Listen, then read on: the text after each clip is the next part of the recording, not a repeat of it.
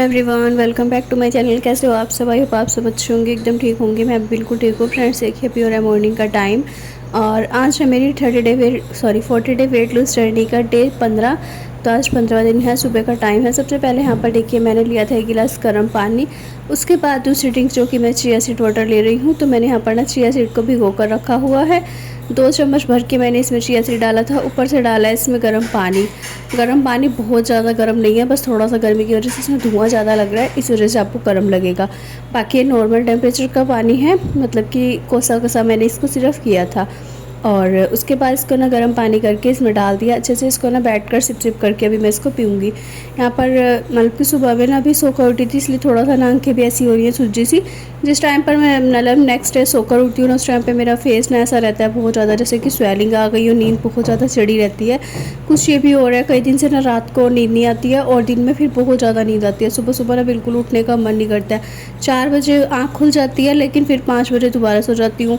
1 घंटे तक तो मतलब इधर उधर घूम फिर के ना, उसके बाद फिर वही हो जाता है कि चलिए जी सो जाती हूँ, क्योंकि मैं भी क्या ही करूँ, अकेले समझ में नहीं आता है। दूसरा फिर सब सो रहे हो और सब सो रहे हो तो फिर थोड़ा सा वो भी लगता है। फ़िलहाल जी अपना यहाँ पर देखिए पानी वानी मैंने पी लिया था। चिया सीड वाटर की जो ड्रिंक थी वो भी मैंने बनाकर पी ली थी। इसके बाद यहाँ पर मैं कर रही थी नाश्ते की तैयारी, जिसमें कि मैंने यहाँ पर देखिए बना रहे थे आज रवे, क्योंकि ना रात से ही सोच कर सोए थे कि सुबह मेरा रवे बन जाएंगे। पहले सोचा था पोहा बना लेंगे, लेकिन फिर पोहे का ना कैंसिल हो गया था। पोहे में ना बहुत सारे प्याज व्याज काट के अच्छे से टेस्टी सा बनाओ ना, तब पोहा अच्छा लगता है। और बाकी फिर मैंने सोचा चलिए जी पोहा मैं नेक्स्ट डे ट्राई करूँगी, और नेक्स्ट डे मैं उस रेसिपी को जो मेरे पास कमेंट आया था ना, तो उसको ज़रूर से ट्राई करूँगी। फ़िलहाल मैं इसी तरह से जवे जो कि रखे हुए थे वही बना लेती हूँ। और पोहे के लिए मुझे 2-3 ना सामान भी मंगाने पड़ेंगे। हर चीज़ घर में अवेलेबल नहीं होती है, जब सारी चीज़ें हो ना तभी बना कर करने में इस्तेमाल सा अच्छे से लगता है। फ़िलहाल जी यहाँ पर मैंने जवे बना दिए थे, जवे बना कर रख दिया। उसके बाद मैं आ चुकी थी सीधा किचन में, बर्तन साफ़ किए, साफ़ सफाई की, झाड़ू पोछा वगैरह सब कुछ किया। उसका मैंने वीडियो शूट नहीं किया। सारे काम साफ़ सफाई के करके फिर मैं आ गई थी नहा कर। अभी ना देखिए मैं नहा धोकर आ चुकी हूँ। वंशिका भी नहा लिया, उसके पापा भी, मतलब सभी नहा लिए थे। यहाँ पर अब बना रही हूँ मैं आलू के पराठे की तैयारी कर रही हूँ, क्योंकि बच्चों ने ना जब मैं बिल्कुल ही कम कम खाए थे, तो मैंने इसीलिए ना फिर उनके लिए ना नाश्ते में सोचा था कि आलू के पराठे बना दूँगी। तो आलू उबले हुए रखे हुए थे, तो बस उसकी तैयारी कर रही थी। साथ में जो दोपहर का लंच है उसकी भी, क्योंकि गर्मी का सीन बना पड़ा है। गर्मी बहुत ज़्यादा हो रही है गाइस, 2-3 दिन से इतनी ज़्यादा गर्मी है। बारिश आ नहीं रही है, बारिश का मतलब मौसम तो बन रहा था लेकिन आई नहीं। कई दिन से अपना फ़ोन में डेली चेक करें कि बारिश कब आएगी, लेकिन अभी तक कुछ भी डिसाइड नहीं हुआ बारिश का कि कब आएगी। फ़िलहाल देखते हैं जी कब आती है बारिश। तो जब तक तो अपने जो घर के काम है वो सारे हमें करने ही हैं। और किचन का काम ना मुझे कुछ ऐसा लगता है कि ना, जैसे कि सारे काम मतलब किचन के जितने भी है ना, मैं सुबह सुबह निपटा लूँ। उसके बाद सारे किचन के काम होने के बाद ना, तक कि आराम से अंदर पंखे में कूलर में बैठ सकें। और पंखे कूलर में जब बैठ जाते हैं तो तसल्ली से, तब बिल्कुल भी काम करने को, कुछ भी करने का मन नहीं करता है। इसीलिए थोड़ा सा ना जल्दी रहती है किचन के कामों के लिए। यहाँ पर मैं आलू के जो पराठे मैंने स्टफिंग बनाई है ना, काफ़ी सारी बना दी थी, क्योंकि पिट्ठी ना सबको, मतलब सासू माँ को तो ऐसे ही सिंपल रोटी के साथ भी खाने में पसंद है। बाकी जो ये आलू की पिट्ठी है ना, इसमें अगर आप दही डालकर इसका रायता डालेंगे ना, बहुत ज़्यादा टेस्टी इसका रायता भी डलता है। और पराठे, पूरी, कचौरी, इससे आप कुछ भी बना सकते हैं। मैंने थोड़ी सी ज़्यादा इसलिए बनाई थी क्योंकि कुछ पिट्ठी के ना मुझे पकोड़े बनाने थे दीदी और बाकी सब के लिए, तो इसीलिए मैंने ज़्यादा बना दी थी। यहाँ पर बस बच्चों के लिए पराठे वगैरह बनाए, बाकी पिट्ठी मैंने रख दी है। जब चाय वाय के टाइम पर कोई मांगेगा तो मैं उसके साथ चाय के पकोड़े तल दूँगी उसी में ही बेसन डाल के। और अभी मैं दोपहर के लंच की तैयारी कर रही हूँ। दोपहर के लंच में आज बनेंगे यहाँ पर पनीर की सब्ज़ी, जिसमें कि मैंने यहाँ पर प्याज ले लिया है, पनीर ले लिया है, शिमला मिर्च ले लिया है। ये सारी जो रेसिपी है ना, बहुत ही ज़्यादा इस तरह से पनीर दो प्याज़ा की सब्ज़ी ना टेस्टी सी बन जाती है। तो यहाँ पर पहले मैंने ना पनीर, शिमला मिर्च और प्याज को ना दही डालकर, उसमें मसाले डालकर ना रख दिया है ढककर, मतलब कि दही अच्छे से उसमें मिक्स हो जाए, अच्छे से उसमें लटपट जाएगी, तब उसको मैं इसमें डालूँगी सब्ज़ी में। फ़िलहाल यहाँ पर जो मैंने प्याज, टमाटर, अदरक, लहसुन का मसाला किया था ना, मसाले को भी बहुत ही अच्छे से भून लिया है। जब मसाला अच्छे से भून गया है तो उसके बाद जो अपनी ये पनीर, शिमला मिर्च और प्याज की ग्रेवी वाला मसाला था, ये भी मैंने इसमें डाल दिया है।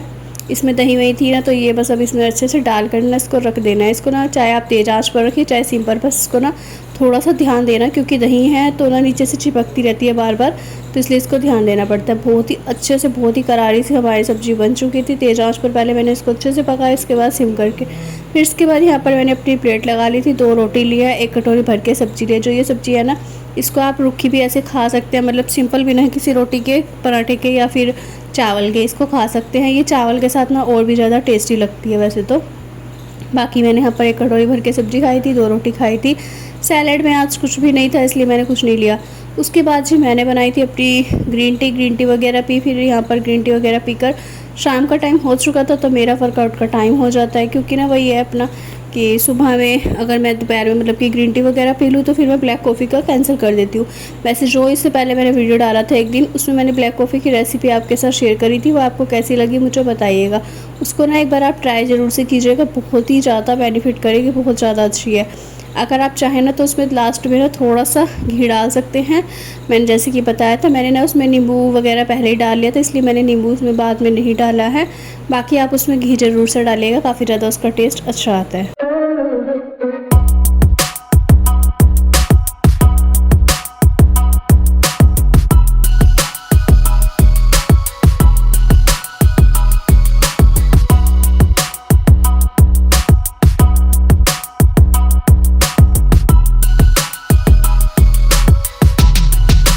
देखिए फ्रेंड्स, कल वाली वीडियो पर ना मेरे पास एक कमेंट आया था रौनक जी का कि आपका वेट 84 kg है। कई महीनों से देख रही थी कि 84 से 63 पर ही आया है, और बिल्कुल भी मतलब कि कम नहीं लग रहा है। जैसे कि उनका वेट 82 था और 82 से 60, पता नहीं 60 पता नहीं 61 ऐसा कुछ बता रही थी वे कि आ गया है, लेकिन मेरा अभी तक 63 ही क्यों है।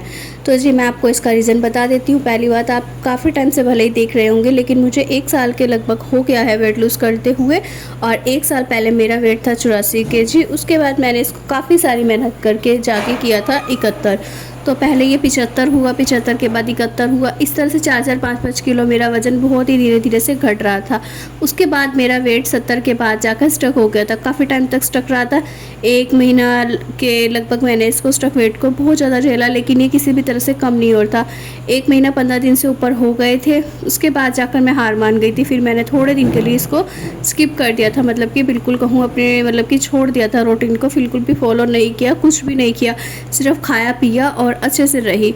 उसके बाद जाकर जब 2-4 दिन मैंने अच्छे से खाया पिया ना, तो मेरा वेट गया था फिर से बढ़। 1-2 किलो जैसे ही मेरा वेट मतलब कि बढ़ता है ना, 2-3 किलो, तो बढ़ने के बाद ही फिर मैंने वही रूटीन अपना फिर से स्टार्ट करा। तब जाकर मेरी बॉडी में रिएक्ट हुआ और मेरा वेट 71 से नीचे आना स्टार्ट हुआ। 71 से जैसे ही वो 68 पर आया ना, 68 पर आने के बाद मुझे एक हौसला सा मिल गया था कि हाँ, अगर ये मैं करूँगी कोशिश तो फिर से कम हो सकता है। उसके बाद जाके मैंने काफ़ी अच्छी खासी मेहनत की, काफ़ी अच्छी खासी मैंने कोशिश की, और अपने स्टक वेट को जो कि तोड़ा, और तोड़ने के बाद उसको नीचे की साइड लाने की पूरी जद्दोजहद मेहनत करी, जिसके बाद ये रिज़ल्ट आया था मेरा मतलब कि 66 kg। 66 kg आने के बाद जाकर फिर मतलब कि मुझे लगा था शायद फिर से स्टक हो गया, क्योंकि वो वेट काफ़ी टाइम चला, काफ़ी टाइम तक वो वेट नीचे आ ही नहीं रहा था। उसके बाद जाकर फिर मैं शादी आ गई, दीदी के जो बड़ा छोटे वाला बेटा है उसकी शादी थी, वहाँ पर जाना पड़ गया। करीब मुझे 15 दिन मतलब कि शादी में चली गई, वहाँ पर मैं रही। तो आने के बाद मेरा वेट फिर से बढ़ गया, 66 हो गया था, लेकिन वहाँ से आने के बाद जब मैंने वेट चेक करा तो मेरा 68 हो गया था। 68 होने के बाद वो धीरे धीरे ना वही था कि घर आने के बाद फिर से जैसे कि लेज़ी फील होता है, बिल्कुल भी काम करने का मन नहीं कर रहा था, एक्सरसाइज करने का मन नहीं किया। तो 10-15 दिन तो मेरे फिर से ऐसे ही निकल गए, जो कि 69 पर पहुंच गया। जैसे ही वो 68-69 के अराउंड था, तो मुझे ये डर था कि कभी मेरा वेट 70 के पार ना हो जाए। अगर एक बार वेट 70 के पार हो जाता है ना, तो उसको कम करना ना बहुत ही ज़्यादा मुश्किल हो जाता है काम को। और 70 के पार होने के बाद ना मतलब एक जैसे बॉडी है वो थक भी जाती है, इसलिए कम करने का मन नहीं करता है। तो फिर मैंने दोबारा से जब आते ही सार ना कोशिश की, और लगातार कोशिश और मेहनत के ज़रिए जो मेरा वेट था वो 65 पर आ गया। 65 पर आने के बाद फिर जो मैंने 30 डेज़ वेट लूज़ चैलेंज लिया था, फिर मैंने इसको 63 किया। 63 करने के बाद फिर से मेरी बॉडी ऐसे ही हो गई थी, बहुत ज़्यादा वीक महसूस होने लग गया था। फिर मैंने जाकर इसको दोबारा से बढ़ा लिया, 2 किलो मेरा वेट फिर से 65 हो गया था। और अभी जो कि मैंने 63 फिर से कर लिया था।